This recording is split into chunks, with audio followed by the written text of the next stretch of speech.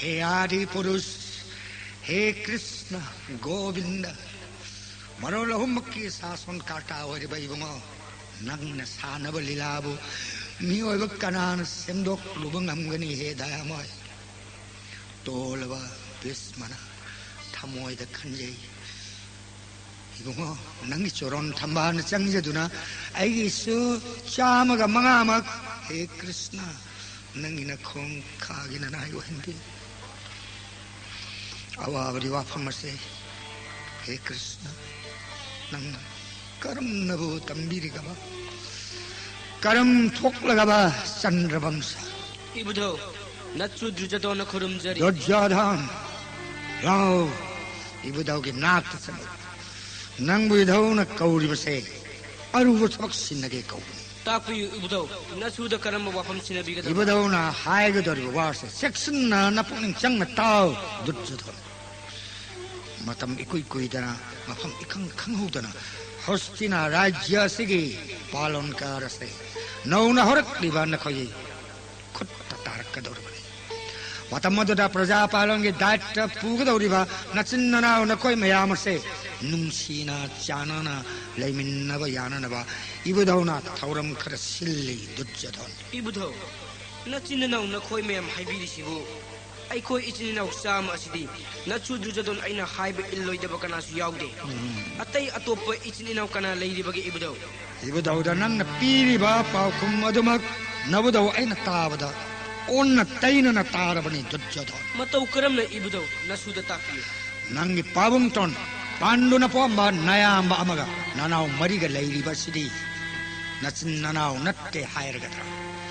마람마두나 나코이 나친 나나우 짜마 하이펑 톡테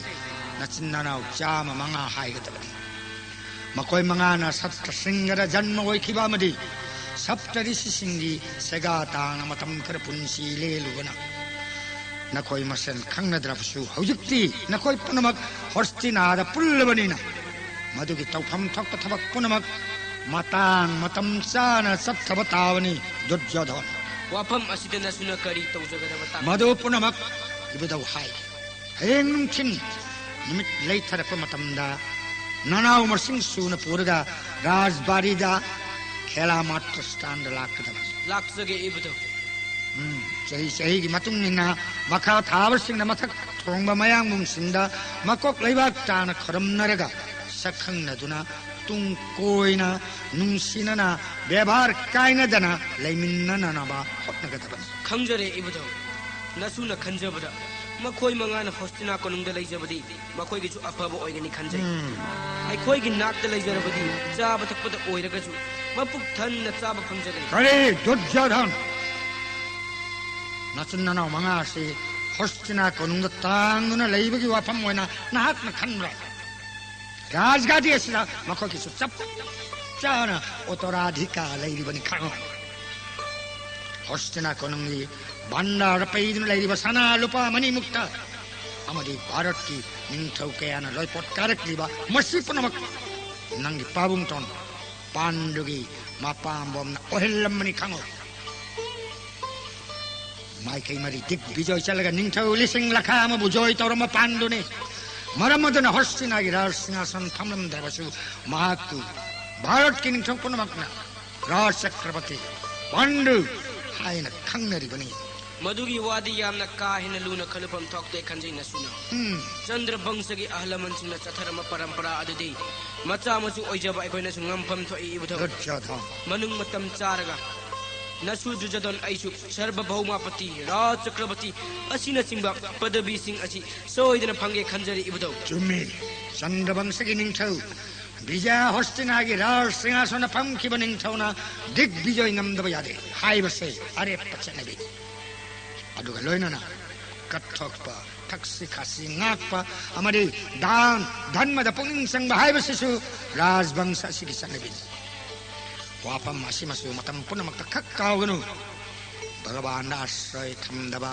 sastragi niyom ngaktaba hostinagi ningthau kana yaukide matungdasu yaurakloi haina nabudauna thaji phare phare yaujaro khagani ibudau nasuna khorumjani yaujaro करुम न हौरक्कदोरेना इकुइदरा इबुदौगी धर्म लाव इदौगी नाक्ता चंगौ इबुदौ नसुन सोरोन सोकना खुरुमजरी इबुदौगी नुंसिरबा मतम पुनमक्ता मंगोलोजौ इबुदौ नसुन खुरुमजरी इदौगी भीमसेन फाल्गुनी लाव लाव नचिन ननावसु इदौगी नाक चंगौ अदुगा नचिन ननाव हम कोइना फमलो लाव नसुबु इबुदौना कौबिबरिङाना नसुद ताकपिउ इबुदौ यामुङ इबुदौना खोइबु कौबुदि मिठाई छन्दिया सजरुलो हाय बनिदना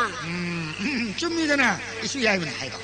नकोइ पुनमक्तगी इसु याइबन इहेन हेनसि याइमा इबुदौना मिठाई संदेश फल प्रसाद इसु यामन थमदिबा मधु पुनमक चा थक्त्रिङै ममांगा इदौना वा खरदंग नकोइदा हाइके मधु हानता खुको ताकपि इबुदौ समतक खरतुना नत्रगना चाबा तक बोलोरगा कुइना ताकपिबा यामबगी Yaima इबुदौगी नाक्ता लाक्लबदी करिगुम्बा खरदी सोइदना सारगनी अदुबु ngahaktangdi ibudhauna takpigadawribasi cheksinna taakisi isu sao ibudau wa hai munna tau ko ibudau hosina konongli kelama trastan nakoi khangledana khangjare ibudau numit leithar ko matam sapjana yudhisti nangna nanau mari bu pudana kelama trastan lakda phagani ibudau nasu manga soidana laksage karigi orimni ibudau nasu yaimu mi namna to hai bro yaima nungai khidre nangsi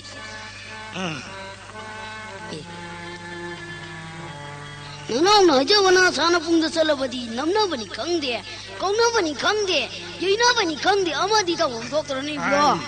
yaima sana bung hai basibu namna ba kauna ba yaina ba natrabadi atai maram gidi mi tin ma yadabra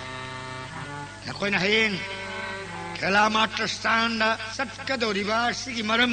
ibudau haige taw takpi ibudau chandrabang sigi rajgadi asena sinanau shamaga mangaga gi koirakkadore hoji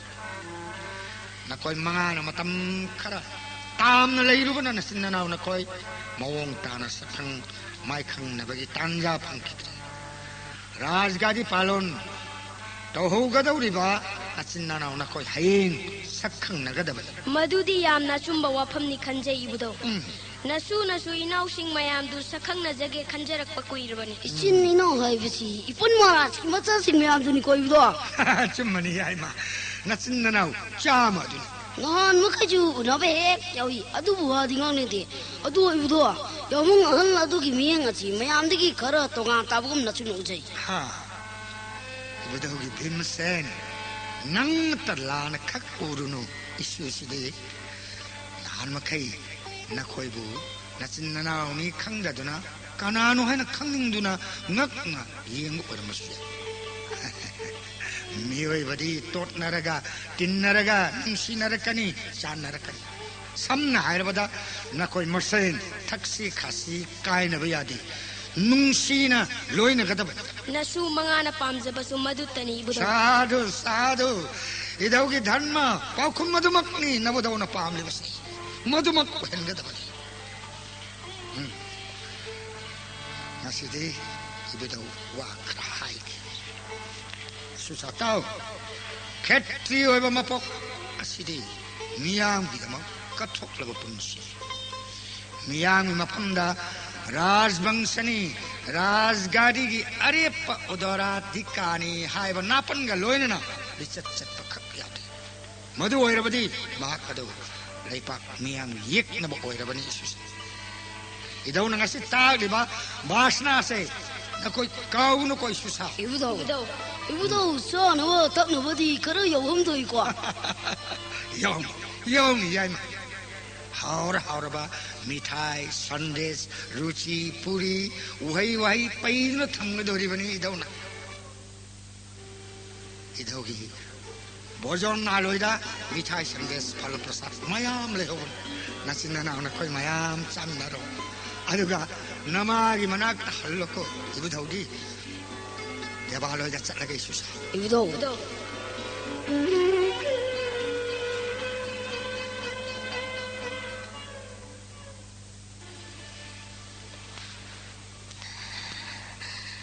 Matam kaubi lairembegi irainungda kausing wena tauthariba miyoibagi punsin matam na porakliba toray torban khudingmak ase thengnaramdana punsigi panthong pamyawnaba satkibadi kanasu yaroy isa mga ase apapatta khara makai khangjarakle mahai masing tambagi matam morakle rajbangsani Kshetriya machan dharma artha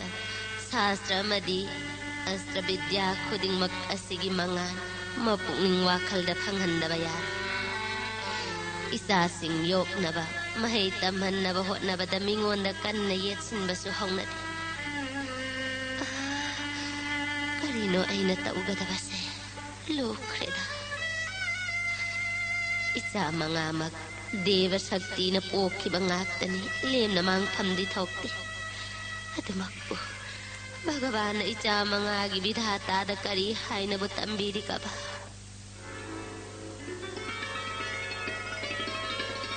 Nausa nako ayu tana jau ayu phangmangam labadi mana pini Inausa karigino ko chen cheli babu takna chalune na khoibu natte mamsilak pase chen ganu haiba aina cheli buse phanayam tamna chelabani nako ayu tana jau thongbara yang jau hi karino Isasa ino na khoibu numidang sandhya matam sida adum na ko chen cheli du ha sandhya matam da adum na lang bade karigino Fudogi maram da koina langjabu machin kari lai chit tawoi da yaro bati fudok laga lore da ni ma Iyai ma adum na ne matung manau khak haiba yade koi bungo matam pumna makta konung da lairiba mayam pumna makka yamna nungsina na thaksi khasi kaina dana loina gadabani khango imagi judistir nanau singa se tapna ingna porakpa yadabara nangbo wa haiba kana ngauba natte ima yaim na grung ekta chen ki mana hum se ekta tanaki makhoi mari shanabasida aigi chap chaba thabak o ama oirabani ima oh isa sa nasina naw na khoi manga da imana nga siwa haige mayamba ahan haiba siga apokpa mapa makka karisu khena balaiti mayamba ahan na makha thaba manaw singbu masa makum loina gadabani aduga makha thaba manaw singna su mayamba bu he kokpa mapa da thamba bebhar adumak thamgadabani bhim Falguni Sahadev Nokul Nakhoi Mari Nayamung Ahan Nayadaba Thabak Amata Kaidamwai da Tauroidaban Ningthau Kon gi Thaksi Khasi haibase miyam gi thidam na pham oiriban matam amada na pabung bu angam mathau amadi laibak miyam na ningthau khubam launa ba hairakpada napan maharaj gi bebhar yeng duna ningthau khubam laukhide adugumba na pabung aduna thanamba masa singni haibase hostina bajaya dalang utkadabani khangu koisasa hayeng nungthindi ima Chandrabangsagi angang oijariba Rajkumar ichin inaw mayam sakangnabagi thauram mama ibudong na sinbiri matam chana khela matra sthan da yaubiraknaba ibudong na takpiraki Chandrabangsagi lai guru ayambasu yaubigadaba oiramgani khanjai phare nabudong na sinbiri bado yamna pharabani isasa ima hoisu yauba yaudaba haibado matam chana nabudong ganga putra na sinbirakigani ibudong na sinbiba thauram nina nacha aiko yawbudi yawgani tacheng nairabudi ima nacha yai me hakti yamna penjade imagi yaima nangi wasidi karino ngaiko nangna khaliba nangi wakhalase imada sengna hai aiko no hostina da lagli bache phana ba kuire ipan maharasu ima bokchu ngachi bawa han ningati ngachi bu kari wakano han chingi wakangi matungi na macha ching mayam da chu mabuk chelongani kanjade imagi bhimsen asuk nauriba ihang hang na leifam thok libana khoigi thamoida adugumba wakhalgi mami karigi tahalibana nangi wakhala do onare miyoi ba haibasidi tot na tinaraga nungsinarakatabani natsina nauna khoi mayam amaga sakhang na halaga nungsinabagi lipunna do phangna bana budhauna thawai yauna sinbiribani nangi wahayado nabudhauna takiba thoklabadi kari khangani ima aidi ibudong su haijai adu ibudong na ingon chai birakte ibudong na su mai khoi chi kaya nungsidama mali ma yaima iyambagi Falguni nakhoi ani si yamna sauganba misak oigadori इनाउ Falguni कया निंथीना खंगजरमलोय नंदी सत्य सिंगगी सप्तऋषि मयामगा लोइनदुना साधु सिंगी लमचत अदु फना निंथीना उरक्लबनी करीगिनो नंगना अदुक सवगनबा प्रतिभा लोइनगदौरिबा दादा ननो याम यामना सगन नचदे उचित तौइद मौंग अदुदा अइना चदबगी वानी तारो इसासा अमबु वरबसु नसिना नाव अनिगी वाफम अदो मतम चाद्री नयामुंगना खल्लिबा सुमना खल्लगा चंद्रवंशगी मिंगसत कन्नबा भगवानबु खुरुमजदुना होटनगदबनी चलो इमुंगदा संख्रो इमासु संध्या सेवागी थबक चथगे अगनी इमा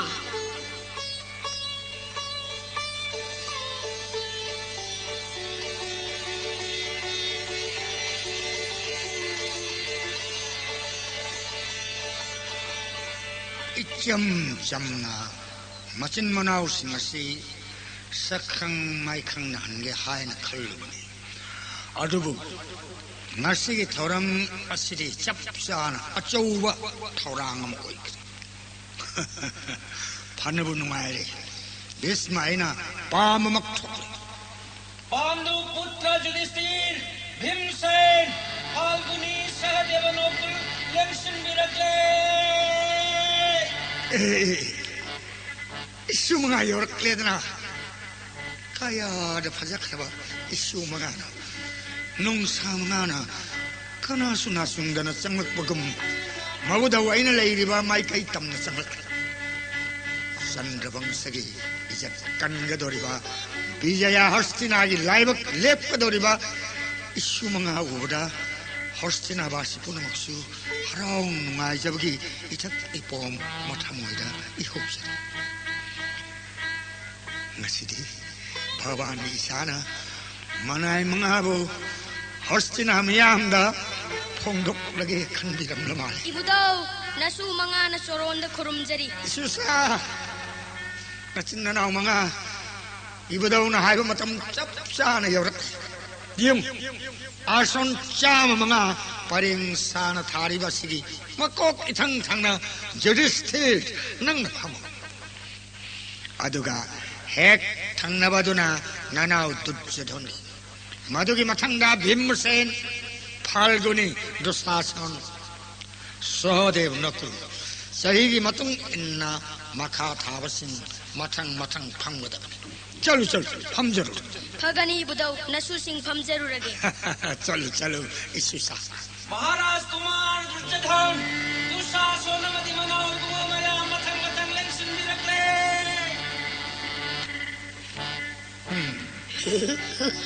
दादा इपन महाराज की मचानु बच्चा मना परेंग जाना लागली छि यान मानव लैजरे हायु याइमा करी मालबा तीन बच्चा भया मोपी के मतुंग परेंग जाना चित्रको मादरी दादा कदौबगे यामबगे याइमा नंगु नखो नवाई चाउ चाउरदना इचिन इनाउ मयाम सिंग तारगा नुंगाई खिरोय कोइना ताइबंग मी ओलकपगी वरी मत्रा दुगा मोनु मादरी दादा तुमिन लयुको वा ngang अमुक्त तुमिन न फम्मु कोइना ताइबंग मी ओलकपगी वरी मत्रा दुगा हौजिक उरी बचिगा मोनु मादरी ने दादा तुमिन लयुको वा ngang अमुक्त तुमिन न फम्मु इनाउ सिंग मयाम सि यौसिलक्ले हाइबा इबुदौ नसु चामन खुरुमजरी दुर्योधन तापियो इबुदौ नियंगो नयाम ngahनगी मखादा हांगलिबा फमफम मसिदा फम दुशासन नन नयाम फाल्गुनीगी मथंगदा लेरिबा आसन मसिदा फम अतै नकोइ मखैना नकुलगी मखादा परेंग साना लेरिबा फमम परेंग मसिदा चही मतुंगी नफम इሱ사 नकोइ पुनम सेक्शन ताओ नकोइ चाम मंगा से मतम पुनमक्ता गायनबा याद्रबा मदि तत्न थाना याद्रबा नचिन्ननाउ नाक्तनि हाइबसे खंग फिबम तांजामना तंगाई फदबदगी सही खरदंग नचिन्ननाउ नकोइ मयाम तामना लेनदुना महान मखै नसक खंग अदुगो मतमनी मतुंग इन्ना ngasidi नचिन्ननाउ नकोइ मयाम सखंग माइखंग नरोइ सुसा विजय हस्तिनागी तुंगी भाइग विधाता ngak senbagi थबक पुहौगदोरिबा नखोई लिंगजेन मानबा अचुम्बा अमदि अपुन्बा वाखलदुना भारत भूमि पुनमक किया थबक ओइगदोरिबा दुर्योधन इबुदौ नंगी पाबुंग तोना पोकपा नखोय पुनमक्की नयामुंगन युधिष्ठिर नकोक लेबाक तान भक्ति कल दुर्योधन नथंतनते नचिन्नना नखोय पुनमक नयामुंगन युधिष्ठिर भक्ति कल नसी खक्तगी नत्तना मतम पुनमक्ता नचिन्नना नखोय पुनमकना नयामुंग अहंद व्यवहार थमगदबने याबुंगहन सना चोरंदन नौचावन भक्ति कच्चरी इनोय बुंगो दुर्योधन हौगतलु लाव इनावबु यामना अमुक्त कोनगे नुंगाइरे नचिन्ननावगी वही तारगा इबुधौ पेरे नखोय नचिन्ननाव पुनमक पुंगनिंग चंगना ताओ नखोय पुनमकना नयामुंग अहल अनियसिगी व्यवहार मतम पुनमक्ता थमदुना अहन अनियसिगी याथंग मतम पुनमक्ता इनगदबने इबुधौगी भीमसेन 이보다 नयामुंग दुर्योधनगी मफमदा भक्ति कलु दादा नाना जाय नु भक्ति कचरी नाना जाय में आती चिमटिंग जमजमनी इबुक्तन करी जुगंजेदा इकोल इवा कर सबजे वरु बिबे तो बिनु यामं हौगतलु याइमा लाव इचिन इनाव कोनसी यामसु नंगा चप हेकमानै हस्तिनागी राजकुमार सिंह लंबोय बगुम करीगी उमंग वामंग द लैरुगनी मिनाय मिशन मयामना थौगन तौदुना इचिन इनाव अखोय मयाम हस्तिना कोनुंग द लैगदबनी हौजिक्ति इनाव सिंगी करी वातकनी दादा बंद पुंची लेन बगी यामना नुंगाय जब आमदी लैजै हायु याइमा करम मखलगी नुंगाइबना साधु सिंगी असमदा मुंग तादवा मियोय अमता थेंगजदी अदुगी खलुरगदी बंद पुंची लेन से यामना नुंगाय जै दादा होय होय याइमा मधुसु चुमी इसिसा नखोय पुनमक नखोय मयाम पुनमकी नथक थोंगलेबा नयामुंग अहुमना चटखिबा असुमना नखोय चही मखा थाना लैबसिंगना मथक थोंगबा मयामुंग सिंगी मफमदा भक्ति कपलगा सखंग माइखंग नौइसुसा फाल्गुनी छोले खुद अंगो वोंजिदे सुचलोगुनी लाव लाव यामंग दुर्योधन नकोक लेबाक ताना भक्ति कलो इनावसा लाव यामना नखोयबु कोनगे ngasi nachinnanaw nakoy chama mga pulingay matamda nachinnanaw nakoy na sathagadaba makha tarakwa thoram haige section taw nakoy punamak khettiyo masan haifam thokpa bitya punamak sadhana tawgi matam chap charbani aina nakoy gi bitya gi guru ohenge khalliba acharya adumakti hojit unaba phangri aduga ma acharya jo कोई न थीरुनबा इबुधौना होटनगनी आचार्य दुना हस्तिनाद लेंबी लक्तिबा फावबा न कोई चाम मंगाना हयेंदगी हौना राजगुरु कृपाचार्य मफमदा विद्या साधना हौरुगदम हयेंग अयुक अंगन मदा न कोई पुनमक्की होयना विद्या आरंभ तोगनी न कोई पुनमक गंगा स्नान लोरगा अंगन मयुक्ता आई अंतपुर दे यौरकदम नचिन्नाना न कोई सखंग नब लोरबनिना शाना थकनबा मिठाई संदेश अमदी उहैना सिंबा लैरि पुनमक सामिन्नरुरो अदुगा नंगी लैफमदा हन अयाक्ति ईश्वर की पूजा की मतम यौरके चलगे ईशुसा प्रणाम पितामह मचिन मनाव मंगागी मरक्सिदा भीम हाइरिबा महाप असिदी नापन चौबा मिदा ओइरकदौरी ममैदा दुर्योधन अइमक मुक्नदना लंबा पागे फावबा सोइदना हाइरकदौरी करमनो आइदी याम हिनरिदौरी तंगाई फदना मखोइसिंग असि होस्टिना राजबारीदा लैहनबा यादे दादा ओ याइमा कदौबा यामदा हायो साना वतंगनबा चिम चरिबो चुंदे लेंजिन मिरसी होय होय याइमा चंगसी फाल्गुनी छोदेन को लादन कइदोरे हाय इकाई भाई बुदुरन कोइबो हाय चंदेदी कायबदी नबुक्तन बाउनदी अदुकी सुमथक्तन कोइनि कायबा मरमदी लैते नौचा पुक पेन हो चागदमनी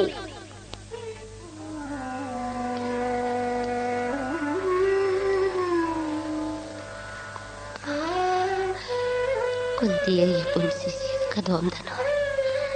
इपान थागी तांग थक नाइद्रब गंगागी इपाक नौरेन ताख्रब ही होनबग कुंती आई करिसु खेनब लैते इसा मंगा सिना मपुंग फाजरक लोइनना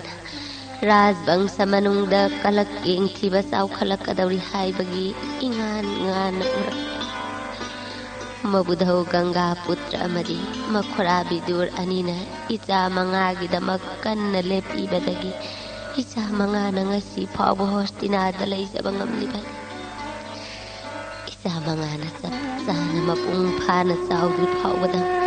ꯃꯕꯨꯙꯧ ꯂꯩꯕꯤꯔꯕꯗꯤ ꯑꯩꯅ ꯀꯌꯥ ꯅꯨꯡꯉꯥꯏꯖꯒꯕ Hostinadana Pandava Arjun Saragamara Taretana Kalkya Arjun Falguni Arjun Falguni Arjun Falguni Arjun Falguni Arjun harauna lau khongduna laklibasibu karigi oirikaba karino angangsing asibo Judhisti kari tauraba hayu hayu imada Ima ngasidi Satra Singhagi Saptarishi mayam Hostinada lakpirami Saptarishi Singna inaw Falguni bo Arjun haina mingthon pibiramle Arjun adura nanaw yai mana lau lau duna laklibadi You will Pangundra Mingtol Ama Inog the Pangle Muya Main Hen Harold Ima Muchidabu Law Logdun Laktu Yabro Arjun isa Falguni da Arjun isa sa nakhoi Arjun haibadi kanano khanglabara Khangge ma sargalok ase marol taret suba marol aduda pambom lising ama panba sakti sali oiraba kalkya Arjun kauwa male Mani Ima Aduga Junduga Inog Falguni Kari Chukena Valera Raidana Rishimi Amna Inog Arjun Koviram Mani madu pumnamak bhagavan gi thaujal guru gi kripani sasa image Arjun ngasi nang na Arjun haiba upadhi adu phanglaga thabakta Arjun oidragadi ngasi risi mayamna nangbu upadhi pirambagi karisu kanaba leiti vidya sadhana sathaba matamda awana thidana hotnaraknaba risi singna nangina pung thawgat piramban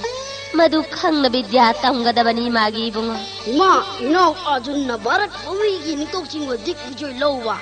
Aina jagat kilamen ba akan bachaba punamak nai thekpa Yamung Rat Chakapati Mington Panglaga Bim Arjun Chodev Nokun Mano Marina Thokpan Tokjaba Achini Lachana Pamjaba isasa nakhoigi pandam uraga ima pel pandam yaudaba punsidi punsi oibayati adumaku isasa matam pumnamakta nolukna guru singbu bebhar thamduna bhagavan bu chetna ningjaduna punsigi pandam mado phangnaba hotnabatana miyoibana mangol oigadabani haibase kauganu ko isasa Ima tolaba nachana matam pumnamakta imana ibudawna kuratona amadi guru barga kibikna takpi tambiba yathang pumnamak kaudana chachagani Ima Nacha Manga Aikose Maharaj Padugi Macha Ngatani Maram Chadana Kana Gumugi Mikha Thana Laiba Kak Oitok Loi Babung Maharaj na Lobi Rama Philip Adumak Pangnaba Nacha Manga na Chuchoi Choidana Tangani Babung ki Khubam na Anjilaga Ima na Ningkatam na Panba Adudani Nacha Ching Ngajiri Bache ibudawgi yathang oibanina aikhoina bandardagi cheng hawai gi thau kontharaga chari base kanana su wa ngang bangamde adubu Duryodhan gi yaningdaba mityeng adudi nacha aikhoi ju khangjai ujai ima masigumba kaya si uraga aikhoi karamba numitta ining tamgadage khanbada wakhal asi laita pham khangdraba nacha mangani ima Adugi wadi Yamung Waina Lobiruna Koina Chari Bachi Pabungi Maranni Oh Sing Hawai Palakudi ki Chak Lam Logre Ima Akui ki Chak Lora Bro loirabani salo nasina nauna khoi saminaruro imadi ngasi barta palon numitnina ayuk chak chararo numidang charage Adudi Nacha Aikoi Chu Palan Tokam Toina Ima hai upanayon dikhya tawdribana khoina barta palon pangthokpa yadriko Adu Orvunina Dada Chak Insang Nanaw na Mubam Chida Tangkok Charage Adu Ga Chara Chihai Babu Kari Kanmi Bage Yamu hoi lathok nuro chatlo inausa nangna painariba khutchu khulai du mafam chana thamlurodana imagi Judhisti ima nanaw yai magana na Arjun ga ani asidi mina khajitang henjilakpa yaroi dawri isebe magandhari gi masa singa khanarakani ko kupna senoi bungo ima nipa oibana nipa thokpa wakhal khanba nipa ama oibagi tawpham thokpa thabak tawrakpa haibasi kanana su thingba yaroi madu phana oiduna su maram chadana mafam matam yengdana karigi khana chainarugani wabirunu ima Dada Sok Insang Kum Tebot Putok Charakle Choi Dek Tam Charage yare thamo kadai imana yenthok yensin tawraklage Sok tu Ima Nacha Yai Magadi Sampra Mukta Ino Ahungi Kara Ningti na Khakpi Ko Ino Mabukta Lui Ko khange ima loina khange ima yai mama puk thaloi ko ima khange Arjun Yamuna इमा जिरोन चंगली बसी नुपुआ जिरोन तो बहुना bro नुपुआ आयु चिदी हनिंग मंगानिंग बदंग दंग करिसु हाइबा नतेदा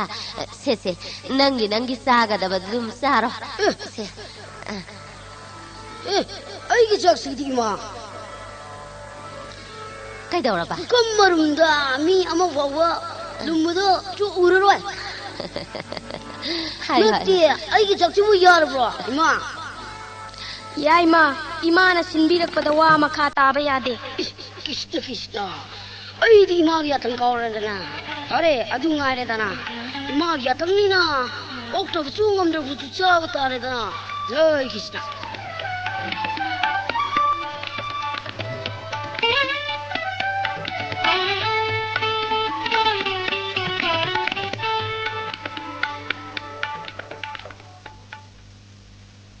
उमंग वामंग the पंगलै लैगरब लुखराबी मचा मंगा असि हिबुदौ गंगा पुत्रन मथौलेतन हॉस्टिनाद लेहले मखोय मचिन मनाव मंगा असना द्रुजदन एंगोंदा यामना अयत पो इरकदौरी मखोय मंगा हॉस्टिनाद लाक लैदगी द्रुजदन अयहाक पंगचम चमख्रे यारोय मदु सुंगया यारोय द्रुजदन अइना मखोय मंगाबु नमथदब यारोय हिबुदौ नसुना खुरुमजरी दुर्योधन हिबुदौ नंदी नथन तकरी तोरन होय करिनो सुना inung ngaitna ubadi napabang na isu serakpra madau dahayo kanan kari harakle ibudau nasugi ningba thungdeba wafam ama leijare wafam asina maram oijana nasugi pokning nungai jadre hayo kari karamba wafam isuri ningma thungna ba idau singani isuna ningma thungdaba yawra Rajguru की मफमदा नसुन गदा युद्ध तमजब असि हाइबंग ngamgani thajate नसुद गदा युद्ध की विद्यालय गुरु अमतंग पिनबियो दुर्योधन कृपा चार्य है बसे कनानो नंग खंगलबरा भरद्वाज मुनि की मचा गुरु द्रोण की मसेन अस्त्र विद्यारा हननी चीन है रबा गुरु नि खंगो लिरुंग विद्यादि राजगुरु की पार चार्ज मतिक चालब गुरु ओरम याय गदा युद्ध की मतिक चाब गुरु दी ओइदे दुर्योधन अदुगंबा वाक्य दोस गुरु की मफम नंग करी नंग सिंजरी नंग थाजब थमलगा गुरु की मफम द विद्या साधना सथद्रबदी नाग विद्या फंग खक राज गुरु कृपा साज न खंगदिब गदा युद्ध की नियम असितंग खंगजबदा नाग नामा नबगा थेंगनब मतमदा मिखा थानिंगाय मरम लैते दुर्योधन वाफम अदुसु नसु याजरगे अदुबु लूरिबदी भीमसेन दुशासन इनाव अनिमक गदा पामंगाक्तनी तंगाई फदना अखोय मयाम पुन्ना राजगुरु की मखादा गदा तंबसी मवोंग ताद्रि इबुदौ नकोय श्याम गमंगा पुलप पुन्ना राजगुरु द अस्त्र विद्या तमिनरी नकोय पुनमक्की मनुंगदा सप्तऋषि सिंगना करिगिदमक्ता अर्जुन मथन तबु अटमनना उदुना मांगोंद पदवी पिरमदे अदुका नकोय पुनमक पुन पिरमदे ममांगदसु अइना नकोयदा हाइख्रबनी अतोप गुरु अमा हस्तिनादा लाखिगनी महाकदो लाखिरब फावबा राजगुरु की मफमदा विद्या साधना सत्थखो हायु करी मरमगी धमक नंगना तोखायना ताबगी वाखन सागले करीगम मतमदा मरम सादब वाकट बिस्म अइना लौरोय सत्खुसलो येनिंगदे चच्चरगे इबुदौ या कया जनसे दुर्योधन नंगी हतत चंद्रवंश करी थोकलगबा नंग ताइबंग थोर पुनमित्ता हस्तिना सिंह थुना उपप्रदाक थोकी लंजा क्वाक सिंबा ओम गौनी उचेक सिंगना लाक न खोंगी दुमुकी तुपाकी विदुर वैष्णवना नंग नमरम ओइदना थोकलगदब पुनमक बिस्म इंगोन हन्ना हाइजकी नंग मंगन की न तकना की इन विदुर की वाकट अदो लौखिदे नंग वाचुम लंबी द पुनन बगी वाखन खंतकी ए वाखन पुनमक नाहक लोय न पुंकाय काय बतारबा हे भगवान हे अच्युत हे कृष्ण इबो नंग सन्म थरंबु ननाय बिस्माय कर्म न कक नंगनी हे दयामय Nanay Bismana langyaw ko naman mo nang isaron tambahan ng napiyo ko, Prabhu. Kanalay, ay gisagon purao. Masi kanagum amata kela matra sthana tholak payaroy. Duryodhan ayak sagon thaudun sanagani. Lanmisa, Rajbari akoy bada pau piyo. Iya, kaya maning katam na ngang sakti ka ngang sakti. Bismayak lay kang dapsay, layam sanu kang lay.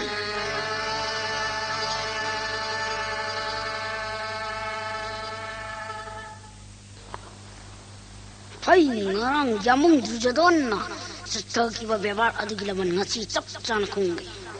Inausa, nakoy pum na magtari bra. Bidya tamba lakpa amadi halakpa matamda. Thakha kaida na pareng sana lak uhay badu kaw ganu. Pareng lengu gurugi athang panglabani na aikoy hallasi. Yaima, lao sala sidana. Ani dada, lao inok sa nakoy chita nandaw yaw ko. Chak na chak la mane, dok tijin ngamoy ko. Kari karam kana sirang. Kari karam kana sirang. Kutgi garasi Yamuna tanrage.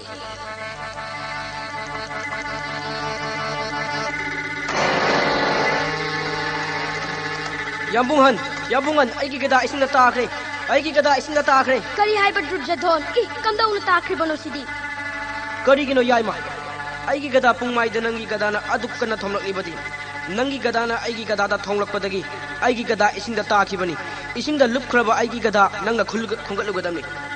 Kari wali yamung ay bongaw dono. Yamungi gada da. Manum laitana thongudro. Pareng chamina bahai sidi kara kajik thengla ki biyaw biyay.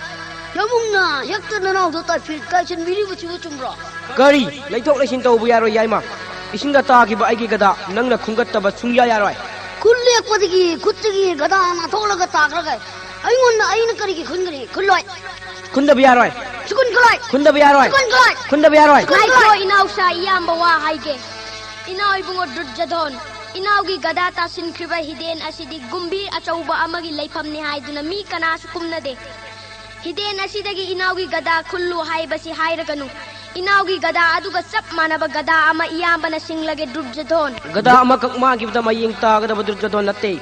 Gada lising paiduna thambang amba Duryodhan aini. Madu oidina su bhimna jamuna da tasinan kiba gada asi. Khungat laga Duryodhan agi khutta sinadaba sungya yaroi. Gumbi lising julai jasnu, la khajulai jasnu. Bim maina khulage khandrabadi kari chulai ba thawang nate. Gumbi na larena bim aingon da kari tok jam ngangani. Adubu bim mayana jamuna da ta khaba gada se chikan khunglai. Gada lising paiduna thambang amba yamung Duryodhan na. Cham gada ama chingda ta khibagi wa yam nangang na bam dokte kanjai. Hamu hal lengasi. Yaroi khungalo. Chukun khulgai. Khungalo. Chukun khulgai. Khungalo. Chukun khulgai.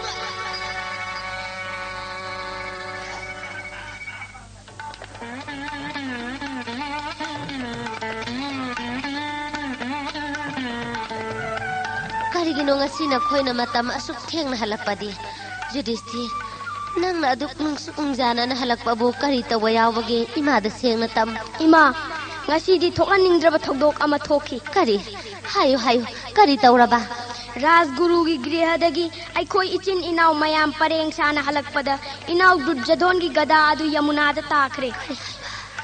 Duryodhan magi gada adu inaw yaimana tahan khabani haina kanna mahaire.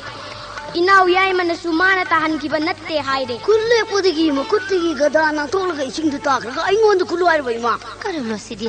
ngaiko, gada adu di kamdaw kraba. Angakpani ima, Dev Saktimak oiraba drone kauba Brahmon ama tanjadu da aikoi gi nakta yobiraki. Kari, Dronacharya, Parsuram Guru gi sisya Dronacharya. Gurudev adugi mandragi sakti na gada adu Yamuna dagi ilai na laukhatpiduna nachagi awaba kokcharaki. Inaw Arjun di Gurudev adugi choronda marai baksok na bhakti katchay. Gurudev aduna su inaw Arjun bu chet na konbiduna shitsyaw hen biningba ingit pibiraki.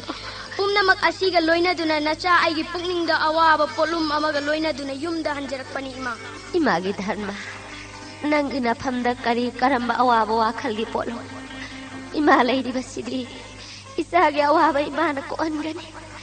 Kari gidamak isa na waba no, imada hayo Yudhishthir. इनाव अनिगी खतनबा अदु गुरुदेवना इलाय लायना तैसिनबिबा अदुदा नचाना पेंजदुना सनबी संगोम सुंबी चामा कच्चगे हायना प्रतिज्ञा थमजरमी मतौ करमना नचाना प्रतिज्ञा ngakna गुरुदेव अदुगी निंगबा थुंगनगनी इमा इमागे जुदिस्ती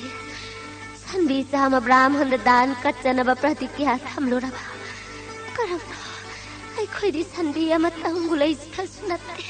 इमादा दादा गना करी चुलै तो वाफम अचु याना लुन कनरी रे दादा न कट की कनबा सनबी चामदंग कुनुंदगी पूरगा कटपिरुरो मदुद गुआंगल पयावदी ननाव जाय मंगना सके याइमा